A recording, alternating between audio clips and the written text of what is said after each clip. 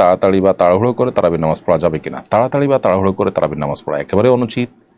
এটা তারাবির যে মান, গুণগত মান, সেটাকে নষ্ট করে দেয়। এটা আমাদের উচিত নয়। বরং আমাদের উচিত হবে তারাবি ধীরস্থিরতার সাথে পড়া। সাহাবা একরাম তারাবি পড়তে পড়তে পুরো রাত প্রায় পার করে দিতেন, অথচ আমরা অনেকে হুলস্থুল করে এবং তাড়াহুড়ো করি। তারাবির নামাজের সবচেয়ে বড় বৈশিষ্ট্যই হলো যে এটা ধীরে ধীরে পড়া হবে, অথচ আজকাল আমরা উল্টোটা করি।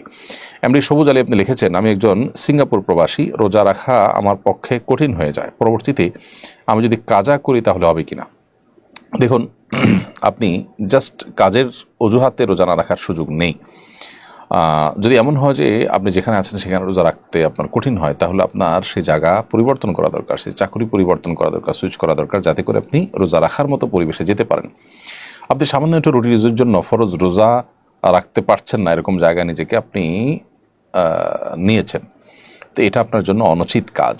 যদি এমন হয় যে সাময়িক সমস্যা, এই মুহূর্তে পারছেন না, সেখানে যৌক্তিক শরিয়া গ্রাহ্য কোনো ওজোরের কারণে, তাহলে সেটা গ্রহণযোগ্য হতে পারে। পরবর্তীতে রোজাগুলো রেখে দিলে হবে।